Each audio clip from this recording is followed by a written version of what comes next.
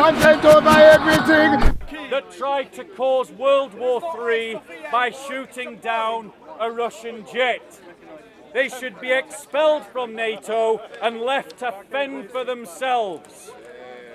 Christians should campaign and draw other people into the cause of boycotting Turkey.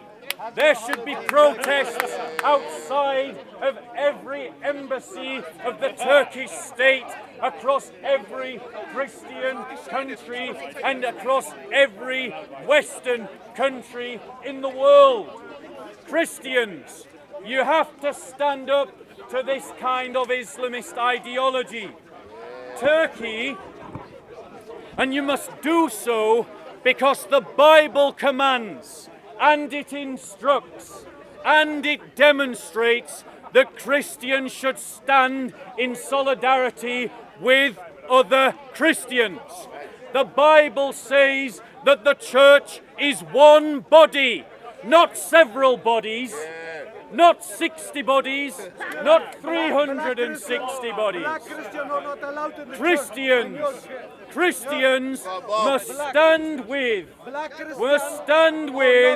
our brothers and sisters in Turkey in solidarity, because the Bible says that when one part of the body suffers, all of the body suffers. So when Christians are persecuted in Turkey, every Christian everywhere in the world suffers the insult, suffers the slap in the face. The Bible says, do good to all men, but especially those in the house of faith, which means that our solidarity must first and foremost be for our brothers and sisters. Hagia Sophia was a church for 900 years. It is called the wisdom of God. Hagia Sophia, the divine wisdom, the holy wisdom. It is a wisdom, it is a church dedicated to God. It was forcibly converted by Muslim Ottomans after they invaded Christian land and butchered and enslaved the Christian inhabitants of Constantinople. The Turkish state carried out the Armenian genocide that murdered over 1 million Armenian Christians. It has never apologized for this genocide. The Turkish state has never apologized for the Assyrian genocide. 900,000 Assyrian Christians were butchered by the Ottoman Turkish state, and it has never apologized. The Turkish state has never apologized for the mass murder of the Greek Christians that inhabited the Turkish peninsula in 1914, 15 and 16. It has never apologized for these murders where 250,000 Greek Christians were butchered by the Turkish state. It has never paid reparations for these mass murders. Turkey still occupies northern Cyprus, having ethnically and religiously cleansed northern Cyprus of its Greek Cypriot inhabitants. Turkey is responsible for ethnic and religious cleansing on a grand scale. When you go to holiday with Turkey, you are essentially going on holiday to the Third Reich. It is like going on holiday to Nazi Germany. If Nazi Germany had survived having killed 6 million Jews and you went on holiday there, you are essentially doing that every time you go to Turkey. Boycott Turkey until Erdogan and the Islamist state falls and it pays reparations for its murder of Christians. Turkey imposes heterodox laws upon the Patriarch of Constantinople. It is a law in Turkey that the Patriarch of Constantinople must be a Turkish citizen. This is a heterodox law. It contradicts the canons of the Church. The Patriarch of Constantinople can be elected from any Orthodox believer, from any ethnicity, because the Orthodox Church is not an ethno-nationalist organisation. It believes in the unity and the confederacy of Orthodox Christians from multiple ethnicities. The law restricting the Patriarch only to a Turkish citizen is a heterodox law and an example of the persecutions imposed upon Orthodox Christians in Turkey. There are other laws discriminating against and persecuting Turkish Christians in Turkey. Many Turkish Christians have to flee for their lives when they become Christians. And where are the virtue-signalling hypocrites of the left? Where are the liberal progressives? Where are the voices of tolerance? Where are the celebrities calling out the Turkish state for its apartheid systems, as they did against South Africa and the apartheid there? Turkey is also oppressing Kurdish minorities. These are the Muslims who are being persecuted by the Turkish state because they are not Turkish, because the modern Turkish state is an ethno-state that has no tolerance for those who are not Turks. Turkey is using the refugee crisis to extort money from the European Union. And the weak European Union is allowing them to do it because it follows a weak liberal progressive ideology rather than a muscular Christian faith. Amen. Turkey allied itself to ISIS and other Islamist organisations in the Syrian civil war. And Afgan Mo, that Muslim right there, brother, stand back. Afgan Mo, that Muslim right there. When I said that Turkey allied itself to ISIS, his reply was, so what? Wow. That's the guy. So what, he says. I'll tell you so what. ISIS kidnapped Christian children. He says, so what? ISIS raped Christian women. He said, so what? ISIS kidnapped Yazidi women and raped them. He said, so what? ISIS tried to religiously cleanse the Yazidis from Syria and Iraq. They tried mass murder against man, women and children. And this man said, so what? That one, he said, so what? Wow. ISIS tried to oppress Christians under a system of dimitude, and this Muslim said, so what? Ladies and gentlemen, you have to stand up against his kind of Islam. Thug Islam, Salafist Islam. If you don't stand up to these punks, to their backward 7th century bullshit, they will oppress you. They will persecute you. They will make you into second-class citizens. Find your balls and stand up to scum like him, because he is no better than someone who supports ISIS. So what was his answer? Turkey has invaded Syria. Turkey has invaded Iraq. Turkey has interfered in Libyan politics. Turkey has interfered in Moroccan politics. Moroccan politics. And why? Because Erdogan wants to establish again some kind of Ottoman caliphate in the Mediterranean. Good on him, he says. You gotta stand up to punk Islam like his. Because the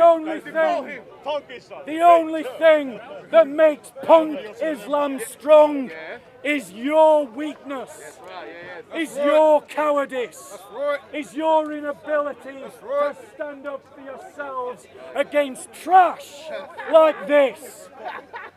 ISIS supporting filth like that. That's who you've got to stand up to. Find your balls, find your backbone. Stand up to trash like him, stand up to trash that support him, and stand up to Turkey, who has desecrated the Church of Hagia Sophia. I got it now. He's hurt because Turkey decided to change Hagia Sophia to a mosque. So that's what he's ranting about. Okay, I got it. Oh, that's his justification. Yes. Okay. There you go. He's happy. He's happy that a church is being desecrated.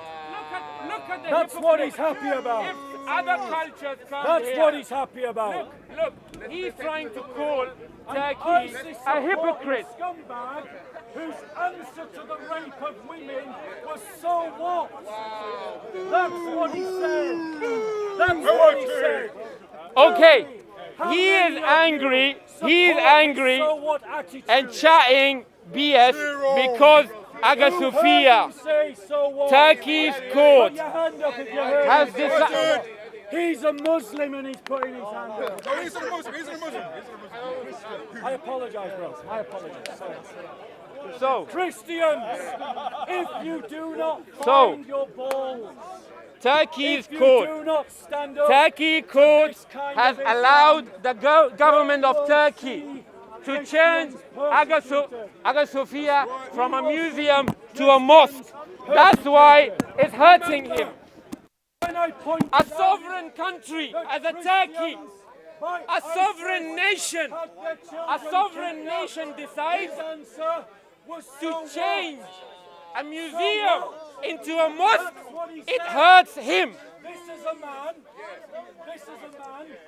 He went to the internet and found good deals on Turkey.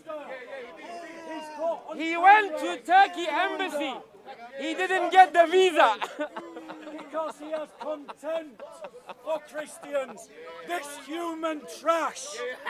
This piece of filth. Who, by the way, once punched me in the face, but he punches like a girl. I talked right through it. This Islamist filth is someone who wants to see Christians made into dhimmis. Don't you? Do you want Christians to be dhimmis? Answer! You were brave a minute ago. He's not brave anymore. Where's your bravery? Do you want him to be made a dhimmi? Do you? You're racist. Why am I racist? Bro, leave it. Ladies and gentlemen. Bro, Did I say anybody? Did I say anyone? Wallah, leave him. I said this. Wallahi, brother, I said leave him. this. Brother, You scum. bro, leave him. He's a professional. He's a professional. Tell me, bro. Let me ask you a question. Don't get into Let it, me please. no. He's a professional. Because He's a professional. I don't like seeing that. He's going to call him out. Watch this. This Muslim is going to call this Muslim out by answering one question. One question. You ready? One question. I used the example of ISIS raping women. He said, so what? No, I didn't. So what? I didn't. Listen, you buffoon. He said,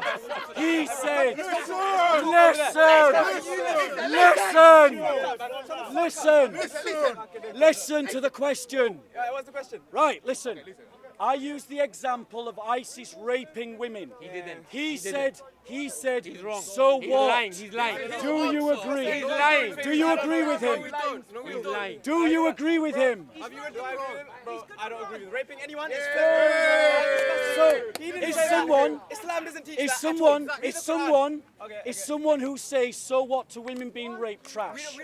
Are they trash? Are they trash? Yes, they are. Yes, they are. Yes, they are. There he goes. I say it. I say it. They are. Trash. I say it. This guy is human He's lying. trash. He's lying. Your intellect is very low, bro. Bro, what kind of argument is that? Did you not hear what he just said? Raping anyone is obviously fucking wrong, bro. Well done. It's a shame your prophet didn't know that. Tell him off. No, but I say that. I say that. If somebody rape a woman, they are trash. I say it. Unless they're ISIS. But that was not the question. Unless they're ISIS. Rewind the tapes. Rewind the tapes. What was the question? You do well with your life. Yeah. I hope you get guided. I hope you do as well, bro. Your Christophobia doesn't help your cause. We don't need Christophobia. We don't need Christophobia. We don't need Christophobia. The Islamists can keep it. Okay. So, next point. Next talk. On the 25th Okay. It's your last chance. Or forever hold Your your peace. chance! Or forever hold your Ball peace. is closing! Right. Bar's closed. New topic. Okay. So new topic, guys. Unfortunately, when I have to shout over Islamist supporting scum, it sometimes ruins my throat. Yeah? Everybody knows who has come here. Give the man some wine. Give me the... Maybe on a different day, when I've got a seat. Sit down and enjoy it. So I'm going to have to talk a bit quieter. If you want to hear me, you're going to have to listen carefully. They don't want to listen I want to bullshit. talk about why the church is seen to be irrelevant today. Okay? Because it is a fact. Because they found out the The lies. majority of English people do see the church as irrelevant. And I want to explain why I think that is the case. And what I'm going to do is I'm going to give 5 theses as to why I think people see the church as irrelevant. And then I'm going to give 5 theses as I think what is the best way to deal with that problem. And after I've done all 10, I'm going to invite anyone who wants to argue or anyone who wants to ask a question to do so. So I'm asking you to be polite. I'm asking you to wait until I finish all 5 or 10 and then bring your questions. You don't need to remember what I say. You just need to remember the number of the thesis. Just remember the The problem number. with Bob is And then when you remember That- the number, because then when you remember the the number, government of Turkey then when you has remember- decided to turn when you Hagia remember the Sophia number- to a mosque because When it you used to remember be the a number- church. Shut up! Don't worry, And don't feel he it. wants Don't feel that it. to remain a church because it's turning into Are a you mosque. proud? He is Are you hurting proud now. that you blew smoke into a woman's face? Are you proud that you blew smoke into a woman's face? I'm talking. Are you proud? So, who do you want to film, bro? Do you want to film him or So- do you want to film me? Right, well, I'm moving So- this way, so now you have to make a choice. Bob went to internet I just want and found out. Why are you running now? Why are you running? Why are you running, Bob?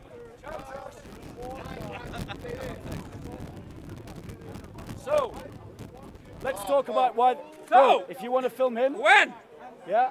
Hagia Sophia Okay. gonna turn into a mosque. So, why is the church? Bob's Why is the church? butt got so hurt Right? Why is the church irrelevant? that he has to come. Thesis number 1.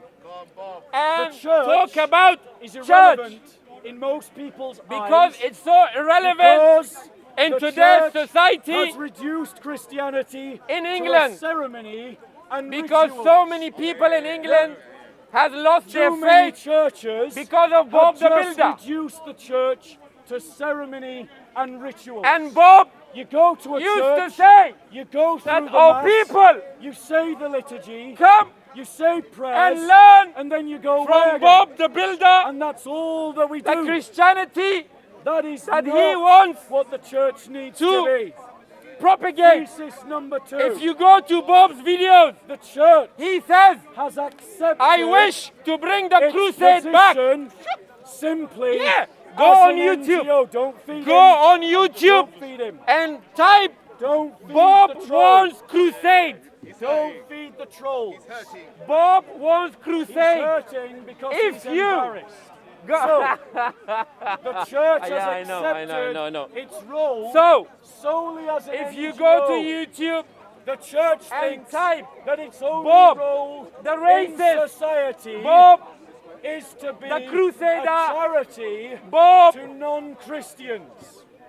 And the so it Catholic establishes believer charities to that help wants non-Christians, to tell but he ignores that wide aspects of human life his that it religion requires is so to speak damn into. in today's society, in today's church, England, that nobody thesis wants to number believe three. in your The church Christianity. has no political ambitions People are becoming for Muslim its day, own people. every day, every The hour. church has So accepted when Bob that it should simply ride Look the currents at of the today's politics current of situation, other groups. because Don't feed the troll. yes, he's right. He's hurt. He's right. Because he's been exposed. Yeah, because he's as hurt. an Islamist scum. Because who Aga supports Sophia- ISIS look. and who blows Yeah. smoke Oh my into God. women's faces. Oh, okay, And well, because he punches like a girl. yes, you're right.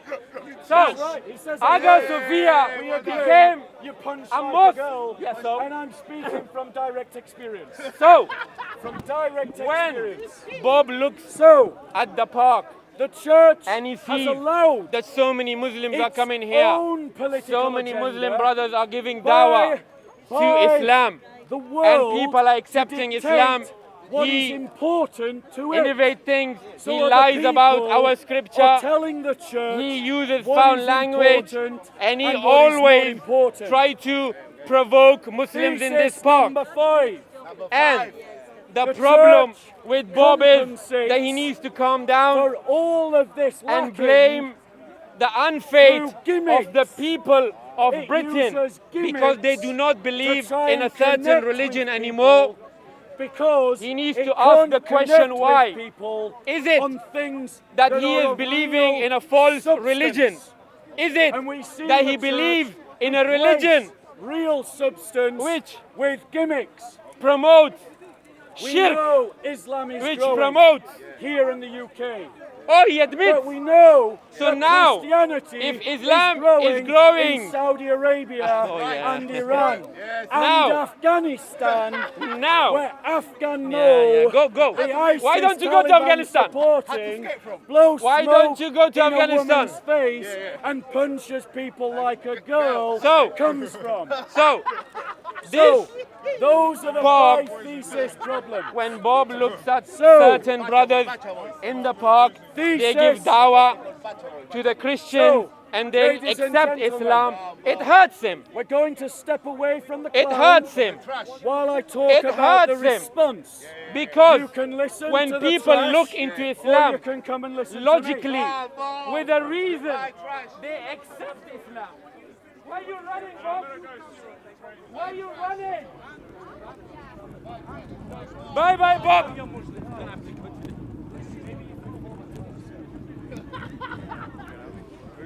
It's too late. I needed a bit of water. So, Can you move, please? We're having a quiet conversation here. Take it. Go away, man. Nobody cares.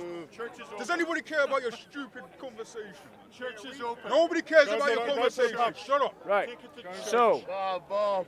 what is the answer then? By the way, that's not What's very the answer? Christian. What is Very the answer Christian, then? but sure. Thesis number 1. Okay. It is the idea that this is the response to the problem as I've outlined. right? Thesis number 1. Christians have to build on a common set of doctrines, values, and history to assert a Christian identity.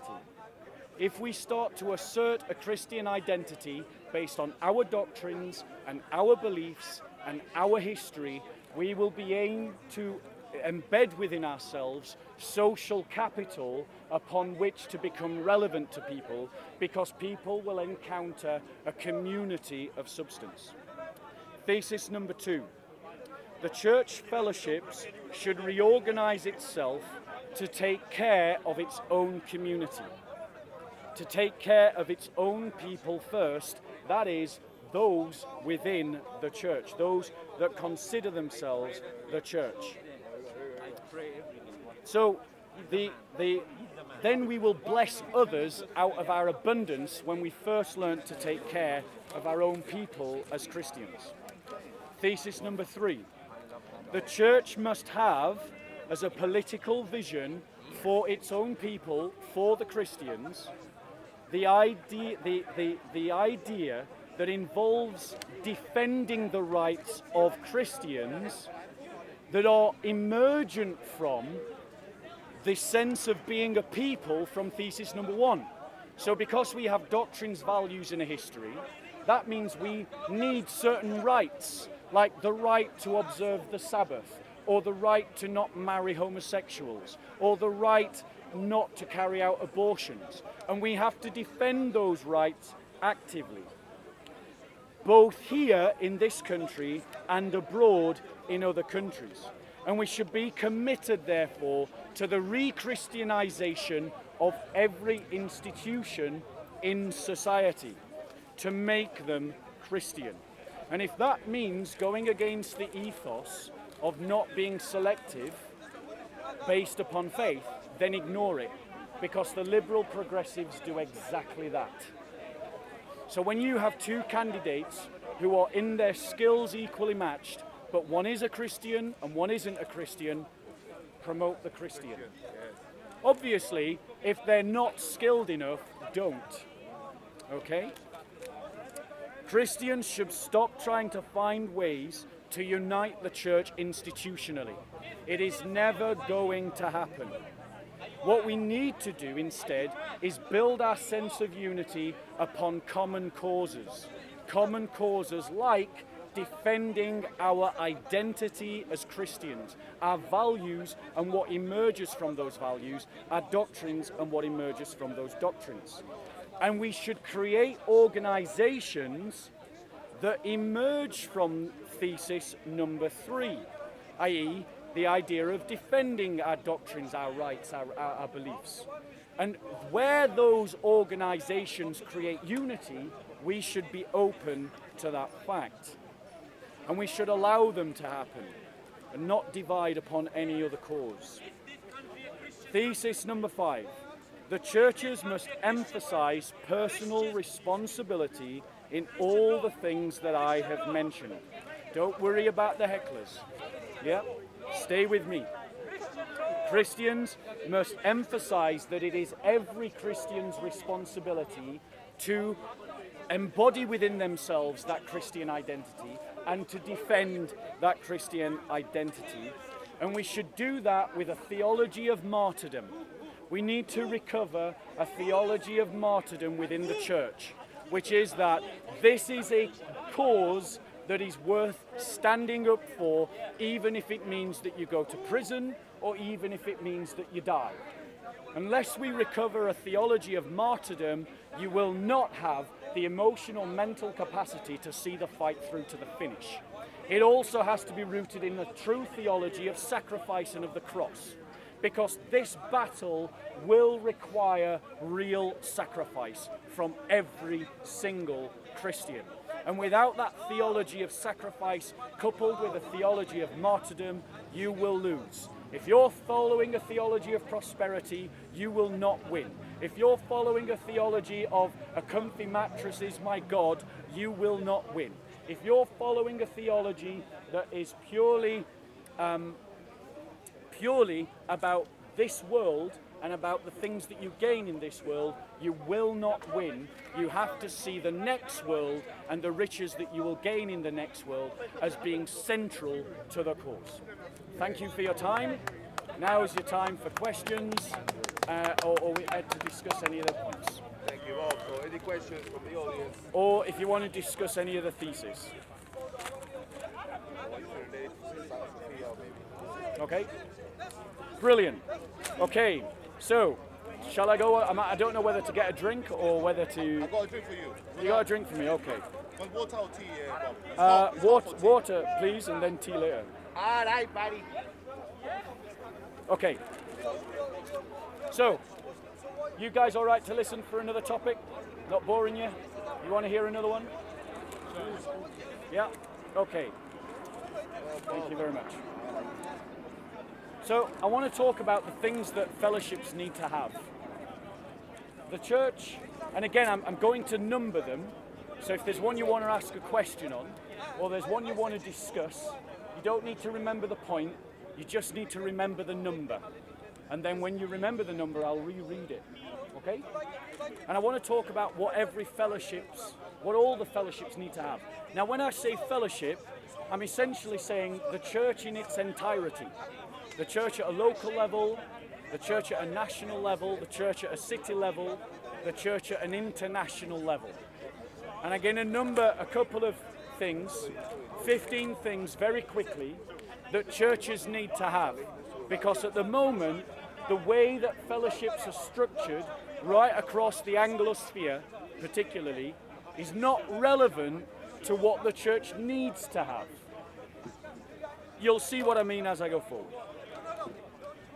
So the church needs to have, every fellowship needs to have, at the parish level, so just to break down that vocabulary, that's at the local level, that's the church you go to, parish level. And also at the diocesan level, and by diocesan I mean an area, so a group of collections in a geographic area. So every church needs to have at the parish level and at the diocesan level permanent or semi-permanent evangelists. Because there are too many fellowships not doing evangelism. And if we don't take evangelism seriously, how do we expect people to become Christian? I'm someone who does evangelism. There's lots of people out there curious. There's lots of people out there hungry. But there aren't enough people speaking to them. And there aren't enough people drawing them in.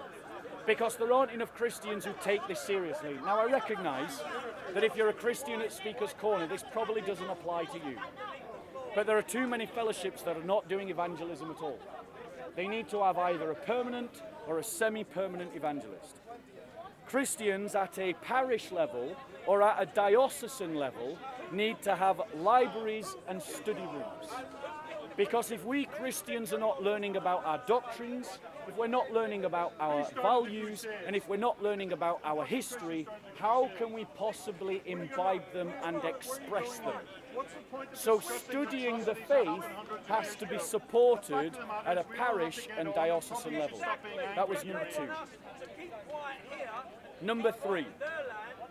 The church needs to establish a welfare system at a diocesan and national level, which covers things like mental health, care for the elderly, employment support for the unemployed, which is networked to Christian employers and managers, that has family counselling, that supports ex-offenders, that supports a school system and has hospitals.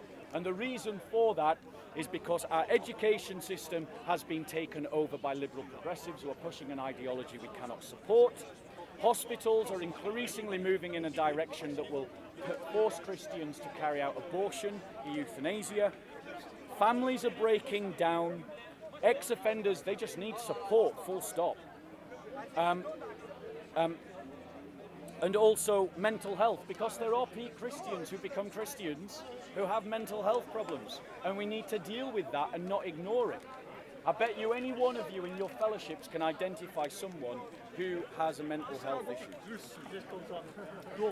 Just remember the numbers, guys. Number 4. Every fellowship at a diocesan and national level need to have an active commitment to creating families. There are simply too many single Christians in the Anglosphere. And the reason for that is because the church has abandoned the idea of the creation of families to the Hollywood model, the romantic model that came out of Hollywood. The idea that you see someone across a smoky room and then you fall in love with one another.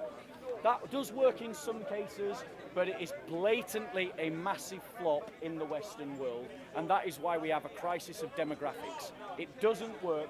We need to commit ourselves to the idea of arranged marriages and organise ourselves appropriately at a diocesan and national level. Number 6. Christians need to teach apologetics and polemics in every parish and in every diocese, because Christians need to know how to defend their faith, and they also need to know how to criticise the faith of others. That was number 6. Number 7. Christians need in their parish, diocesan and national life a rhythm of Christian life that addresses the spiritual, economic, political and social concerns of the Christian community, without which too much of our life ends up being taken over by the secular way of doing things. We need to be closer and live life on life with one another in those spheres. Thesis number 8. Christians need, at a parish and diocesan level, to do vocational training. The idea of vocation is central to the Christian life. Now, finding your vocation is a guided meditation, and too many churches do not teach this guided meditation, and so many Christians never find their vocation. And it should be particularly targeted at young men and women between the ages of 18 and 24. Number 9. Christians at the parish and diocesan level need real structures of discipleship. The idea of having your spiritual father, your spiritual mother, someone who is teaching you and educating you in the faith. Number 10. Christians need, at a diocesan and national level, a body that guards orthodoxy. The Church of England, particularly as one example, is a church whose bishops have been taken over by heterodox non-Christians who believe that following the culture is akin to following Christianity. And so they go along with cultural ideas of modernity rather than standing upon orthodoxy. Please just remember the number and then you can ask a question at the end. That was for you, number 10. Number 11. Christians need to organise, at a diocesan and national level, business networks of Christians so that we can move Christians into jobs and so that Christian businesses can support one another. Number 12. Christians at a diocesan, national and international level need structures that can guarantee their security, because we have seen at every single level of society and abroad that no one is defending the Christians. Nisar Hussain was told to move out of Bradford by the police. They did not protect him when Muslims were harassing and trying to kill him. No one came to the help of the Christians of Syria and Iraq. They stopped ISIS not to defend Christians.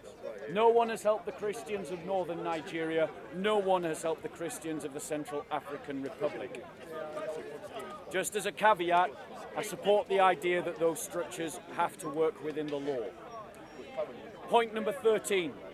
There needs to be a body established in every nation state that defends and represents Christians legally, because we are seeing increasingly that the secular liberal state is intolerant to Christians and is not willing to guarantee the rights of Christians, and we know that in Muslim societies particularly, Christians do not have equal rights with Muslims. Point number 14. Christians need to establish in every nation state political parties to represent themselves politically to the rulers. Finally, number 15 is just advice on the last 14. Don't duplicate something that already exists. Support good ideas that already exist. Therefore, to use an example, we don't need in this country another body to represent us legally. We just need to support those Christian organisations that do, and there are such organisations. We need to make sure that within any institution or organisation we establish that we are recruiting Christians to maintain its Christian identity. Furthermore, it is better to do less better than it is to do more badly.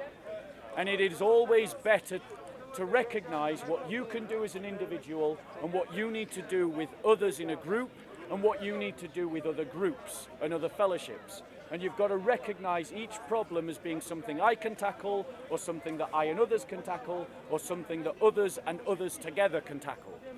And you've got to break down the problem into those spheres.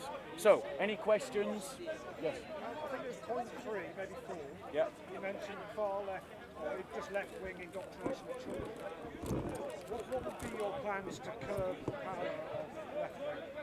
So, in terms of curbing the power of the left wing, as insofar as it affects the Christian faith, it has to emerge from the fact that we as Christians are willing to stand up for our beliefs and our values, and that we stop being frightened of confrontation. Because one thing that I have observed about the liberal progressive is if you stand up to them strongly enough, they will bend. They will back down. They will stand back. They will give you space. So the more we stand in solidarity with one another, and the more we stand up for one another, the more space we will gain for ourselves. We should structure the argument based upon the narrative of being a religious minority, because the liberal progressive left works from an ideology called based upon intersectionalism, and it's the ideology of power structures that lead to oppression. If we use the narrative of the oppressed minority, we speak their language back to them. We expose their hypocrisy. And by exposing their hypocrisy and the inconsistency of their practice, we begin to win the argument culturally. And that's the kind of thing we need to be doing. We don't need to be saying to society, you can't marry homosexuals. Let them. What we need to be saying is, we will never tolerate you forcing us to marry homosexuals. Right. If they want to kill their babies in abortion, it's tragic. We can't stop them. But let us defend every Christian doctor and pharmacist who doesn't want to give out the pill or carry out an abortion. If they want to work on a Sunday and tear up the social fabric by never giving workers a common day off in which to enjoy one another's company and re-establish the networks of human solidarity, let them. But let us defend the right of every Christian never to work on a Sabbath, so that every Christian family and every Christian can stand together. That is the kind of fight that we need, because if you win inch by inch, centimetre by centimetre, ground for your own existence, eventually the society that is oppressing you begins to topple. And if you don't believe me, look at how the liberal progressives are destroying what they call the homogeny and the patriarchy. They started by winning rights based upon exceptions, and now they are winning the idea that those rights that were once based upon exceptions should now be obligations to all. So that in Canada, they recently tried to pass a law saying that you had to describe someone by whatever pronoun they wanted to be described themselves. That's how it works. We've seen that it works. There's nothing to stop Christians doing the same. Any other questions on any other points? Is there a lobby group within government for Christians? There are Christians within government, but the problem with Christians in government is that they have accepted the restrictions of liberal modernity. Is there a group pushing? There's loads of Christians. There's loads of Christians within politics. But listen to me, bro. Christians who are involved in the Conservative Party are not able to stand up for the things that I'm talking about because they have accepted what modernity teaches. That Christianity is restricted just to doing charity work, that that's our sphere of influence that we're allowed. That we can't influence foreign policy from a Christian point of view. or that we can't influence health policy from a Christian point of view, or we can't influence the prison policy from a Christian point of view. We Christians need to slowly but surely infest and take over each institution that forms people and forms the law and forms the application of the law. That is how you begin the process of re-Christianization. It happened, it worked against us, it can work for us. Any other questions on any other points? Okay guys, I'm going to take a break. I'll be back and we'll do some more in a bit. Praise the Lord. Thank you, Bob. Just in time as well. Content over everything. Content over everything. From your melody. Man, say it straight. Man, don't listen to BBC. Man, don't listen to ITV. Right, listen! Man, don't listen to it on camera. Man, don't listen to I don't even listen to Sky certain academic institutions in the West for bias and possibly racism in much of their academic work. Specifically, I want to call out Harvard University and